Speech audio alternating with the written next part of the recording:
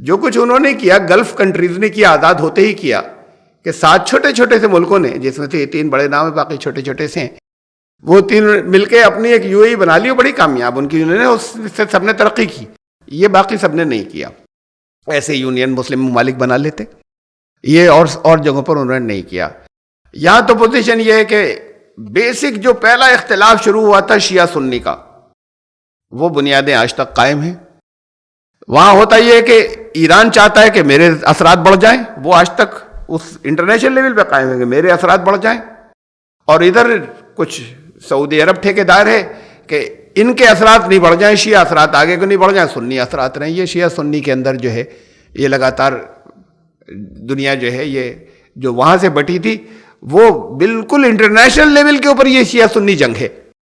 یمن کے اندر جو جنگ ہو رہی ہے وہ اسی شکل کی ہے کہ وہاں پر جو ایرانی اثرات کے تحت صدر وہاں کے ہٹانے کے بعد، معدول کرنے کے بعد ایران کے سپورٹ کیے ہوئے آگئے. انہوں نے کہا یہ تو ہم نہیں ہونے دیں گے سعودی عرب نے، تو انہوں نے حملے شروع کر دیے، بمباری شروع کر دی، اور جنگ جاری ہے. وہ اس جنگ میں کھوکھلے ہوتے جا رہے ہیں، سب کھوکھلے ہو رہے ہیں، یہ بھی کھوکھلے رہے ہیں، ان کی طاقت بھی جھک رہی ہے، ان کی کم تھوڑی جھوکی جا رہی طاقت، جگہ جگہ جھوک رہے ہیں. وہ ایران بھی شام میں لڑ رہے ہیں، ایک شام میں وہ بھی لڑ رہے ہیں، شام میں یہاں سے سعودی عرب بھی لڑ رہے ہیں، یہ طاقت جھونک رہے ہیں، اپنے ہتھیار خرچ کر رہے ہیں. یہ دنیا جو ہے لڑنے چاہیے. یہ تو خیر یہ تھا کہ بھئی روس نے حملہ کیا تھا افغانستان کے اوپر، اور روس جو ہے افغانستان کے اندر 8 سال 9 سال 10 سال رہا. 1980 کے اندر 79 کے اندر اس نے حملہ کیا اور 88 تک رہا وہاں پر. تو یہ تو چلو باہر کا ایک حملہ تھا اپنا، اور وہ 8 سال 10 سال کے بعد وہ ان کو پیچھے ہٹنا پڑا. لیکن وہیں سے یہ بڑی جنگیں شروع ہوئی مسلمانوں کے اندر. ایران عراق جنگ ہوئی، عراق میں وہ حملہ ادھر سے ہوا، عراق کی طرف سے بجائے ایران کے. اب یہ اس وقت ایران ذرا سا کچھ آگے بڑھتا ہے اور پھر یہ جانے کے بعد روکنے کی کوشش کرتے ہیں. عراق نے حملہ کیا ایران پہ. وہ جنگ چلی تقریباً وہ 10 سال چلی، 10 لاکھ لوگ مارے گئے دونوں طرف سے. 10 سال وہ جنگ چلی، دونوں تباہ ہوئے، بہت بری طرح تباہ ہوئے، بہت کمزور ہوئے. یہ ختم ہوئی تھی 1988 کے اندر، یہ بھی ختم ہوئی. ایران عراق جنگ ختم ہوئی تھی، ہوتے ہی انہوں نے 2 سال رکنے کے بعد عراق نے کویت پر حملہ کر دیا. ہوا یہ تھا کہ بڑے قرض دار ہو گئے تھے، کویت نے بڑے پیسے دیے تھے، بڑا سپورٹ کیا تھا جنگ کے اندر. عرب ملکوں نے عراق کو، عراق کی مالی حالت بہت اچھی نہیں تھی، تو سعودی عرب نے، انہوں نے، UAE نے، کویت نے بہت پیسے دیے تھے ان کو.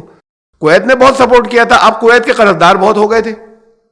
انہوں نے جب اپنے پیسوں کا کچھ تقاضا کیا، قرضوں کے سلسلے میں کچھ کہا، تو انہوں نے کہا واہ یہ ایران تم سب کو کھا جاتا، میں ہی تو روکے منہ اس کو، اتنا سب کچھ کیا، تمہیں پیسے بھی چاہیے.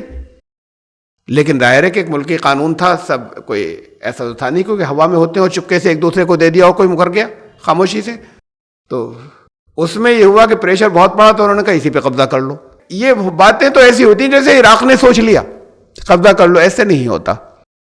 آئیں دماغ میں، یہ بھی دماغوں میں ڈالی جاتی ہیں، اس کو بھی آگے بڑھایا جاتا ہے. اس وقت عراق میں امریکہ کی جو ایمبیسڈر تھیں، پوری دنیا جانتی ہے اس بات کو، آن ریکارڈ موجود ہے، اور تقریباً سارے پولیٹیکل انالیسٹ یہی کہتے ہیں، سیاسی تجزیہ نگار، کہ انہوں نے گرین سگنل انہوں نے دیا کہ کر دو حملہ، کویت پر حملہ کر دو. اور ابھی عراق نے کیا نہیں تھا حملہ، وہاں سے امریکن فلیٹ چل پڑا، امریکہ بحری بیڑا چل پڑا. ابھی کیا نہیں تھا، بیچ سمندر میں ان کے قریب پہنچ چکے تھے. بھائی کیوں وہاں پر کیوں پڑے ہوئے تھے کہ جلدی سے یہاں پہ پہنچ جائیں. انہوں نے امریکن ایمبیسڈر جو تھے، انہوں نے صدام حسین سے کہا کر دو حملہ. وہ ساری چیزیں سب یعنی ایسے نہیں کہ کوئی میرا تجزیہ ہے، بلکہ یہ تو بہت عام بات ہے ٹاپ لیول کے اونچے درجے کے پولیٹیکل سرکلز کے اندر، کہ ڈھکی چھپی زبان کے اندر ان سے کہا کہ ہم تو دوسرے کے ممالک کے اگر ان کے آپس میں کوئی جنگیں ہوتی ہیں ہم لوگ دخل نہیں دیتے، ہماری طرف سے اس میں کوئی انہوں نے لے لیا اس کو ایسے صدام حسین نے کہ ان کا گرین سگنل ہے کہ کر دیں حملہ. کویت پر حملہ کیا. وہ تیار کھڑے ہوئے تھے پہلے سے، فلیٹ پہلے سے آیا ہوا تھا. وہ آئے اور انہوں نے آنے کے بعد کہا کہ ارے یہ کیسے ہو جائے گا.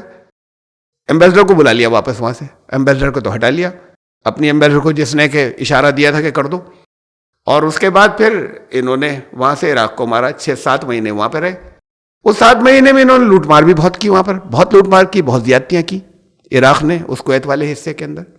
بھئی کیا تھا تو پھر وہاں کے لوگ خوش ہوتے ہی کہتے کہ یہ تو ہمارے لیے نعمت آ گئی، یہ لوگ بڑے اچھے ہیں عوام ساتھ دیتے, ویلکم کرتے. بہت بہت زیادتیاں کی, بہت ظلم کیے, بہت عورتوں کے ساتھ میں زیادتیاں کی, بہت لوگوں کے ساتھ میں کی, لوٹا بہت یہ 7 مہینے کے اندر ان عراقیوں نے. بہرحال وہ امریکہ آیا, اس نے کہا کہ یہ تیل کی دولت, اس پہ قبضہ, یہ تو ہمیں تیل ہمارے پاس آتا ہے. انہوں نے مار کے, یہ سب یہ تھے ان کے اوپر حملہ کرنے کے یا ان کو مارنے کے بہانے, اور پھر ان کو مار کے نکال دیا وہاں سے, عراق سے. ابھی پھر 3-4 سال اور تیاری کرتے رہے, طرح طرح کے بیان. اس میں آج کی دنیا میں ایک دم سے حملہ کرنا آسان نہیں ہوتا, تو اس میں کرتے رہے, اور اس کے بعد پھر عراق کے اوپر حملہ کیا. یہ جنگیں چلی ادھر, اور اس کے بعد اب یہ لیٹسٹ جو ہے یہ آئی ایس آ گئی, اور اس نے جگہ جگہ جنگ کے بادل پھیلا دیے آپس کے اندر. سعودی عرب اور یمن کی تو چل ہی رہی تھی, وہاں سیریا اور شام میں 3 الگ الگ قوتیں جو ہیں وہ آپس میں لڑ رہی ہیں, جس میں باہر سے شامل ہیں, امریکہ بھی شامل ہے, ادھر سے روس بھی شامل ہے. ان کی حالت تو درمیان میں ایسی ہے. ان کے اندر جو قابل ذکر ہیں مسلم اکثریتی ممالک میں, جو قابل ذکر ہیں یا اچھی تعداد جن کی بڑی ہے, ان میں تو صرف یہ ہے, ایک ملیشیا ہے, اکانومی بہت اچھی ہے, لگاتار بڑھتی چلی جا رہی ہے, ترقی کر رہا ہے. وہ اس یونین کے اندر شامل ہے جس کے اندر بودھوں کی اکثریت ہے, اس یونین کے اندر شامل ہے ساؤتھ ایسٹ ایشین کنٹریز کی. ان کو باقی باتوں, وہ باقی انٹرنیشنل پالیٹکس میں وہ دخل نہیں دیتے. بڑی کریٹیو ان کی, بہت تعمیری ان کی دوسرے ملکوں سے کوآپریشن کے معاملات ہیں. کسی جگہ پر وہ دوسروں کے علاقوں پہ قبضہ کرنا, آگے بڑھ جانا, ان چیزوں میں حصہ نہیں لیتے, تو وہ اس سیاست سے وہ دور ہیں. یہ چل رہی ہے یہاں پر مڈل ایسٹ کے اندر. یہ آپس میں ایک دوسرے کے خلاف لگاتار ان کی جنگ جاری ہے. تو یہ تو اس وائڈ کو پورا کرنے کی طاقت ہی نہیں رکھتے, یہ تو خود تباہ ہو کے ختم ہونے جا رہے ہیں. پہلی مرتبہ وہاں پر جن ملکوں میں ٹیکس نہیں تھا, انکم ٹیکس نہیں تھا, وہاں پر خبر یہ ہے کہ انکم ٹیکس لگنے جا رہا ہے. مڈل ایسٹ کے ان ملکوں کے اندر ابھی تک انکم ٹیکس نہیں تھا, تو کچھ اور ٹیکسز, کچھ اور دوسری چیزیں جو ہیں وہاں پر دقتیں اب آنی شروع ہوئی ہیں, اس لیے کہ جنگ میں پیسے بہت جھونک دیے گئے. یہ سارا اب یہاں پر اسے پورا کرنے کے لیے اس وقت جو ملک آگے بڑھ رہا ہے وہ چائنا ہے. چائنا کی پوزیشن میں زیادہ تفصیل میں اس میں اب نہیں جاؤں گا. چائنا کی پوزیشن جو ہے وہ اب نہیں, ان کی بھی تقریباً 1 صدی سے نظر یہ آ رہا ہے کہ مزاج ایکسپینشن کا ہے, کہ یہ بھی قبضہ کر لیں, یہ بھی ہمارا تھا, وہ بھی ہمارا تھا, اور وہ جزیرہ بھی ہمارا تھا, اور یہ بھی ہمارا تھا. یہ مزاج کسی کبھی کوآپریشن پر نہیں لا پاتا کہ دوسرے ان کے ساتھ میں کوآپریٹ کریں. جیسے یہ دوسرے بہت سے ملکوں کی الگ الگ اپنے کنفیڈریشن یا یونین یا ایسوسیشنز بنی ہوئی ہیں, یہ چائنا کے ساتھ نہیں ہو سکتا. یہ تو ہر ایک پر قبضہ کرنے کا ان کا انداز ہے کہ اس کو بڑھا لیں, اسے بھی لے لیں, ایکسپینشن کا. یہ پالیسی بہت زیادہ دنوں نہیں چلتی, لانگ رن کے اندر دوست نہیں چلتی. لیکن بہرحال اس وقت ان کے پیچھے ہٹنے کے بعد اس وقت پہلے نمبر کے اوپر جو آگے بڑھنے والا ملک ہے یہ ہے. یہ سارا ایک سین ہے.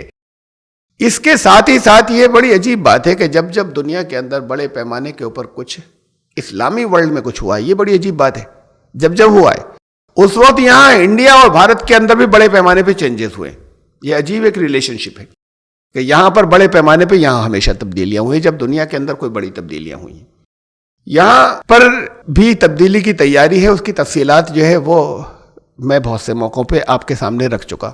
دنیا کے اندر یہ کیپیسٹی کہ انصاف کو قائم رکھتے ہوئے, عدل کو قائم رکھتے ہوئے دنیا پر اپنے اثرات مرتب کر لے اور اس خلا کو پور کر لے جس سے وہ پیچھے ہٹ رہے ہیں قبضے والے, یہ کیپیسٹی تو اسلام میں تھی اگر وہ متحد ہوتے, یہ ہے نہیں. آگے پھر یہ اللہ کا نظام ہے, اور کہ یہ آگے وہ دور آ رہا ہے کہ جس کے اندر نئے سرے سے اسلام اپنی صحیح شکل میں نکلے گا. صحیح شکل میں نہیں بچا نا, کسی جگہ نہیں بچا اپنی صحیح شکل میں.